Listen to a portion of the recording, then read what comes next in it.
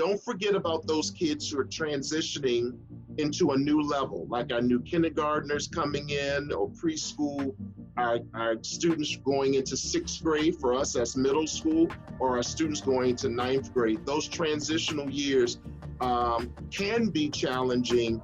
And I can imagine if we're still in this remote learning, it will be even more challenging.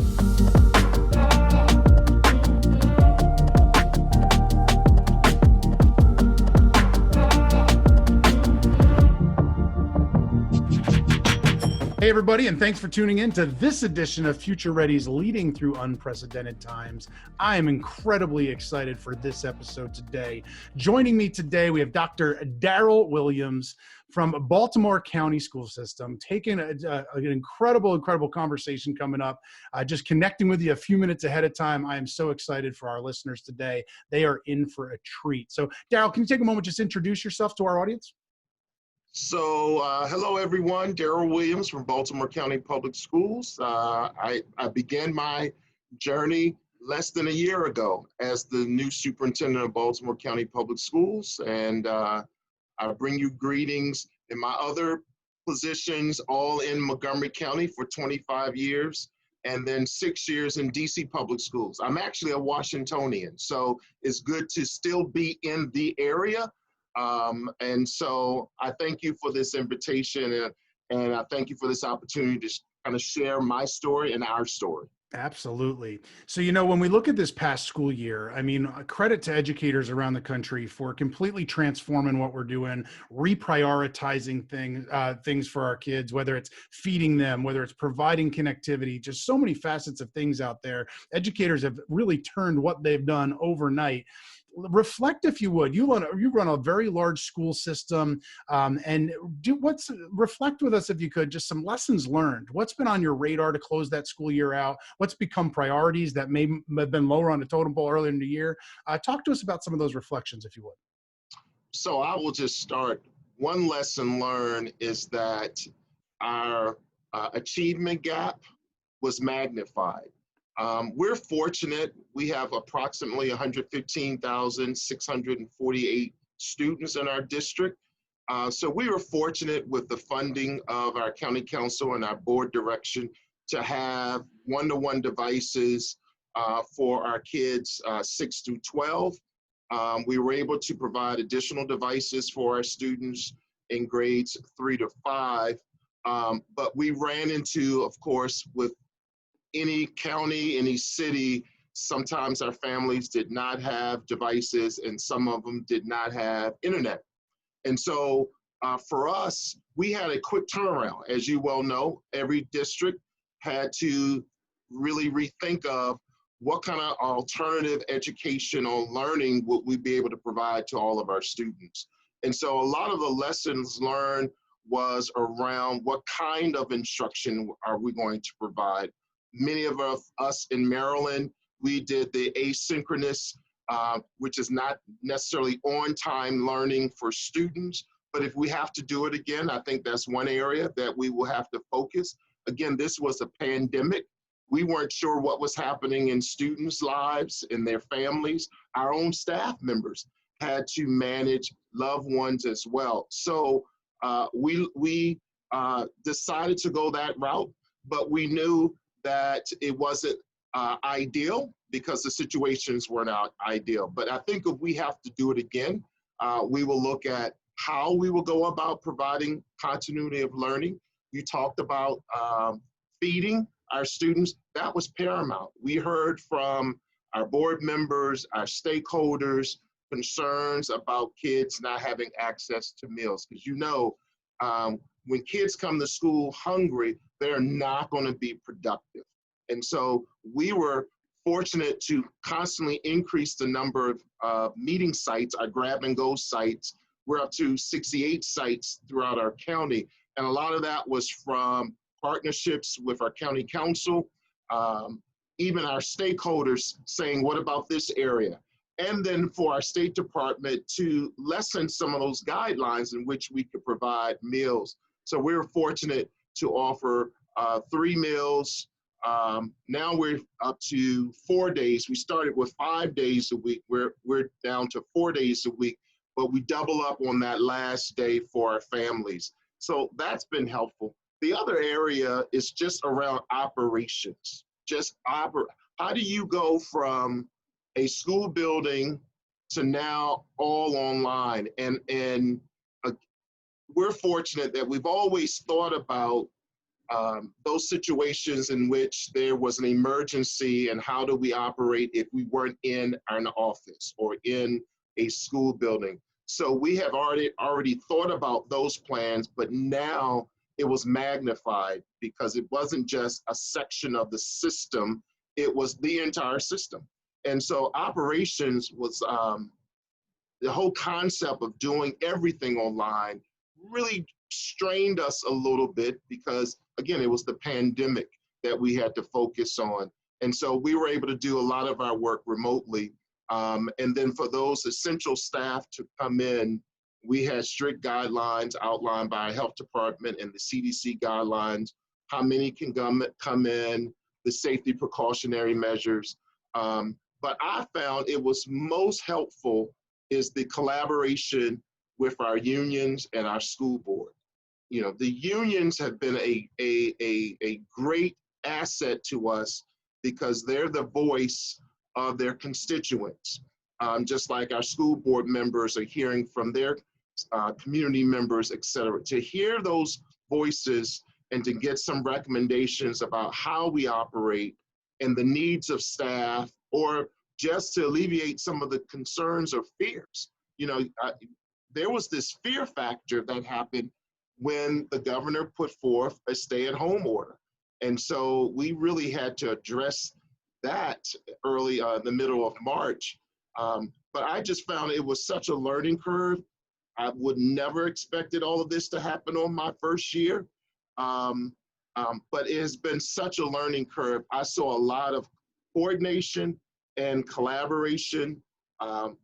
The communication had to be consistent. So sometimes we had to tweak. Sometimes certain pockets of the county wasn't getting all of the information. But I just saw a team coming forward because ultimately the students were at the center. Everyone knew they had to rally, they had to support because they knew our students were about to face something that they've never experienced in their educational career. And don't get me wrong, we've had online courses for students for credit recovery, but this was how we were operating the system. So there was some learning curve. We are looking at how to move forward. Right now, we are in phase 1. So the question would be for those younger students, K-2, pre-K-2, how do we support them? We were supporting them with packets of information. That was the least we can do, but we're now thinking about what else we can do for our younger students, which would be different from our older students who may have been accustomed to the technology and the resources. It has been a learning curve, but I think ultimately what we've learned, and our staff learned this, there's a new normal. I think that's the phrase we're using. And everything that we may have done previously, we had to really think, would that work in this environment? And so kind of like everything that we would do, even closing out the school year.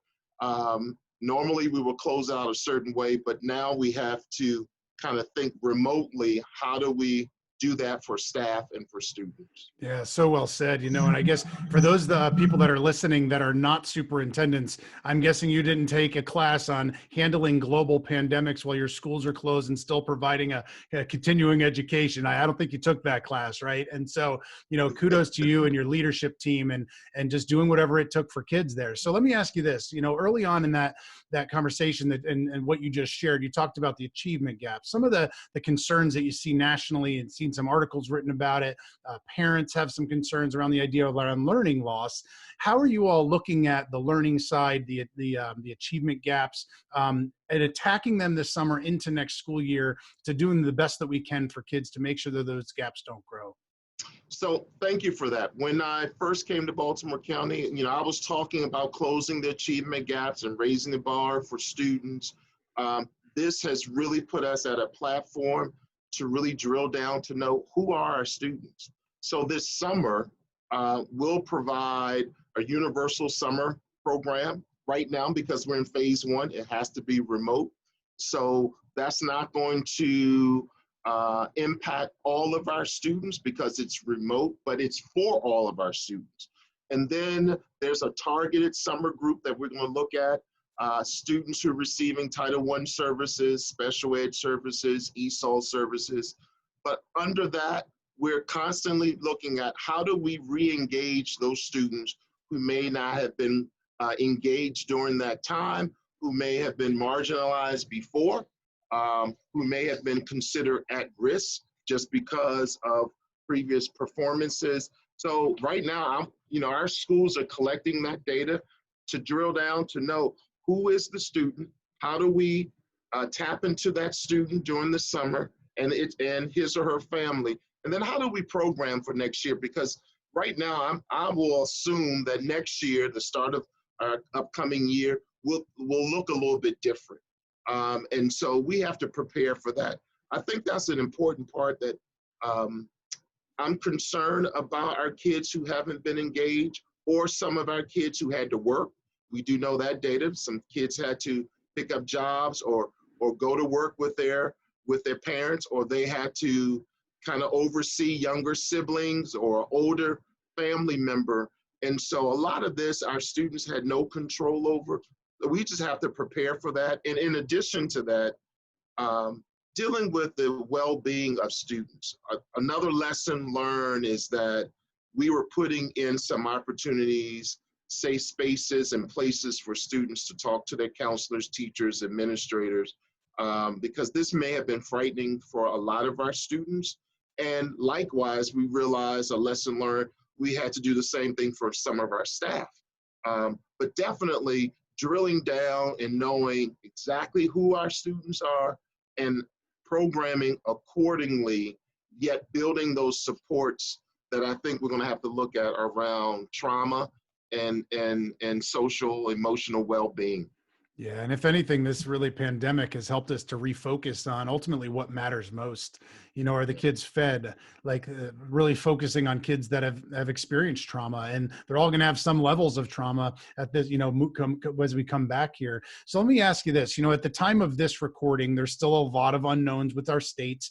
States are really all over the maps in terms of providing guidance, and this will air much later than we actually recorded it, so you'll know a lot more when it airs than we do right now. But as a superintendent, especially of such a large district, what are some of the big picture things that are on your radar right now in looking towards and preparing for next school year? So one big area is just the opening. How might we open based on which phase that we're in? Phase 2 speaks to small groups, a lot of precautionary measures. Some will require some expenses in terms of how many students we bring back and staff, where they sit, how they eat, how they go to the restroom, all of those logistical items. The other piece is making sure we have staff ready to go. We're going to have to look at, if we're in phase 2, we're going to be looking at a hybrid, who stays home and work remotely and who gets to come in for such a large district. We're right now looking at different models. I have a design team looking and preparing based on research and just based on what we know. And so opening of school usually happens the opening of school will happen in June, July, and August because most schools were open in September. Now we have to think about what phase we may be in. Are we still going to be in phase 1, which is all remote? Phase 2, we could bring in small groups, or phase 3, from my understanding, that it's almost back to normal. But as you well know, it wouldn't necessarily back to normal based on what had happened these past few months. And so this whole opening and preparing for the opening of school requires hiring. We still got to hire people and close that gap. We have to close out a school year. And then the other piece, I made this commitment to our seniors, the class of 2020. You know, we're doing virtual graduations, but we also talked about at some point when it's safe to do so, to do some kind of in-person celebration. So we're preparing for the opening in various phases and in various models, but it will require a lot of work, definitely some feedback from our stakeholders. And we want to do it right, because we want to do it right because we know what our students and staff experienced since March 16th. The other piece we have to do right is, if we have a spike again, if we have to do this all over again, there were those lessons learned before that we want to build on the success and not repeat some of the things that we may not have done as well back then in March. You know, it's been every week we found ourselves tweaking our plan because of feedback, because it didn't quite go implement the way we thought. So we also have to prepare if we have to close school and offices again. We have to prepare for that scenario. If in fact it is true that at some point there's this talk that we may see another spike, and if the governor and the state superintendent say we got to close our schools and offices, I want to be better prepared if we have to do that again. Yeah, for sure. The irony, I think, is, you know, how many times in education have we talked about, like, begin with the end in mind, lesson planning, begin with the end in mind. We have no idea what the end's going to be, and we're supposed to be planning for it. And so that's just, you know, just a glimpse for our audience of what people like you have on their plates and trying to really decipher while keeping kids safe and our staff safe at the same time. So let me talk to you. Yeah, go ahead. I just want to respond to that. That's the piece that I've shared early on. This wasn't like a snow day. This was a pandemic where we had to rely on our local health department to give us guidance. And, you know, I just couldn't make a decision. I had to work with our health department, had to work with our state superintendent on making some of these decisions, just like my colleagues as well. But another lesson learned is, you know, is that I got to constantly remind folks that this was a pandemic. This was a health-related issue, and I did not have that authority to close and open schools at some thought I did, similar to how we do, you know, snow days, if there was inclement weather, how we can delay an opening or close early or just completely close. Yeah. So let me ask you this question. You know, I know you're a huge proponent for equity in the work that you do every day. You know, at the Alliance for Excellent Education and Future Ready Schools, equity is just our mission. It's core to our work. We talk about equity and opportunity. We talk about equity and access. How do you, especially as such a large district, how do you make sure that we look at things through an equity lens in the decisions that we make? And we just always keep that front and center for our traditionally marginalized groups, whether there's students with special needs, whether it relates to race, whether it relates to economics. Talk to us about how we always keep those students front and center. So thank you for that. The first thing, I want to commend our school board that they've always had an equity policy, but they took a step forward and developed an equity committee among the school board members to make sure equity is always on the forefront of what we do. But just what you said, every time we talk about an initiative, a program, we always have to ask those questions. How will this benefit our Black and brown kids? How will this benefit our GT students? How will this benefit our students receiving special ed services or our English language learners? And so for us as a system, we have talked about equity. We've had equity training. We revisit how we're doing the training, and we're starting with the senior leaders as an example, that we're going through with our own equity division, just what we need to do to talk about our own biases, but to make sure those questions are always at the forefront. Every time we're doing the work, every time we're looking at an initiative. And then the other piece I would say is, although I was a former math teacher and folks like to say he's the data guy, but a lot of the work we have to disaggregate the data.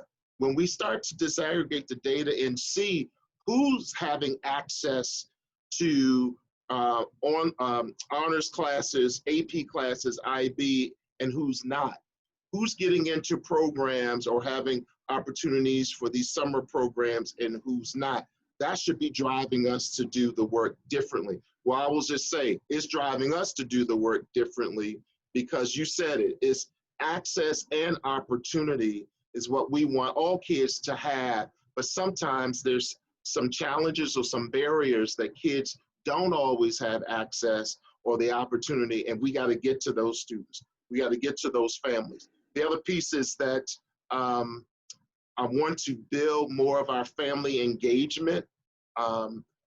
We have strong PTAs, but I want to make sure our families, our parents have the knowledge about what we offer, and either what we offer as a system or what's in the area. There's a lot of partnerships that we have with our universities, with businesses. We want to make sure our parents know so our kids can have access as well. But I think you hit on it. It's access and opportunity to make sure our kids are having access and opportunity and really looking at our disaggregated data. Yeah, absolutely. And I really enjoyed how you were talking about looking at who's represented and who's not represented. You know, when we look at even just from a connectivity side, and obviously equity is far more than just connectivity. If you look at the connectivity side, evidence shows about 12 million of our nation's kids don't have internet access at all, but disproportionately it's our Black and brown kids.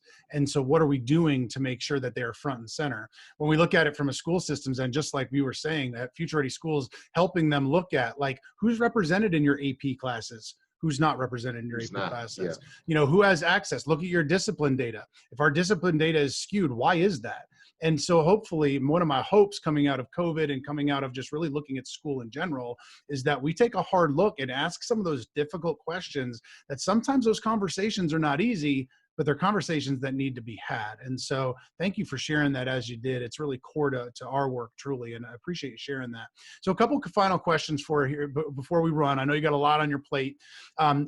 First piece being, you know, there's so many pieces, so many facets of when we move forward, just so many things that are out there from the what and the how. Like, how do we get kids in? What does busing look like? How do we have, if we can't have 1,000 kids eat in a cafeteria, how do we feed them? There's so many of those pieces to it that we can get so bogged down in the managerial what and how. It's all vital. It's all vital. How do we not lose the human component, the relationship component, especially if we're doing things virtual where it's a bit more challenging? How do we make sure that we keep that front and center?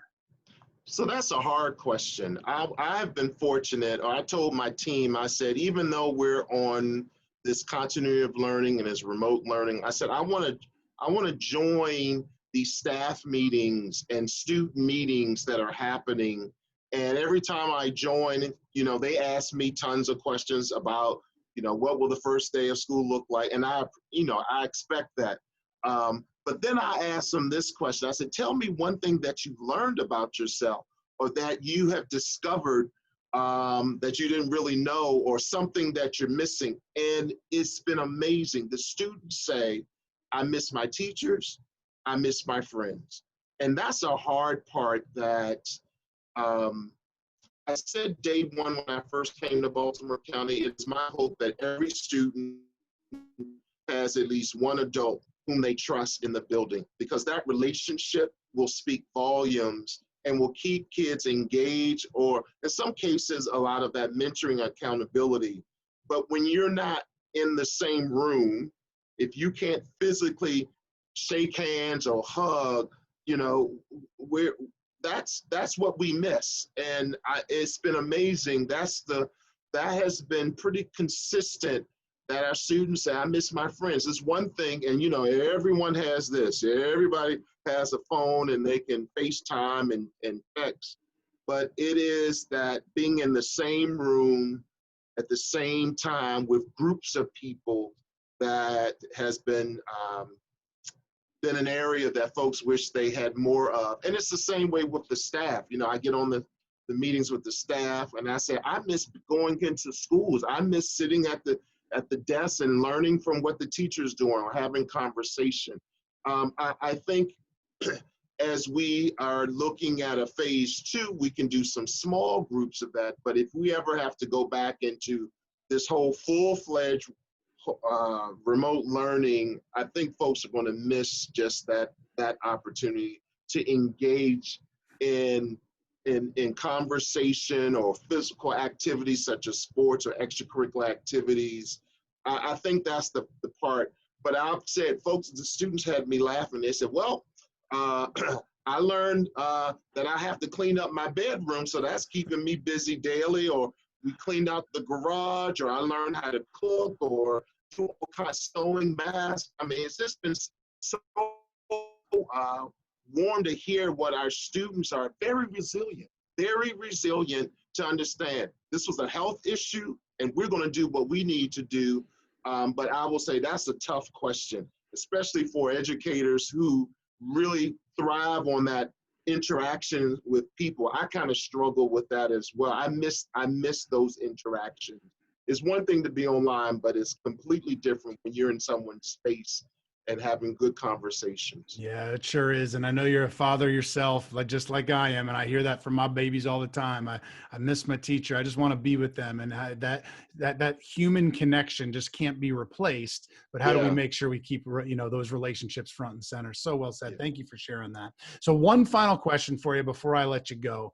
Okay. You are running a large school district. You've got a lot of things on your plate. There's also superintendents out there running much smaller school districts, maybe 500 or 600 kids. There's teachers looking at it from maybe 25 kids coming this school year. Whether you're a teacher, a principal, a superintendent, no matter where you're working in the system, what's one piece of advice that you have for them for this coming school year?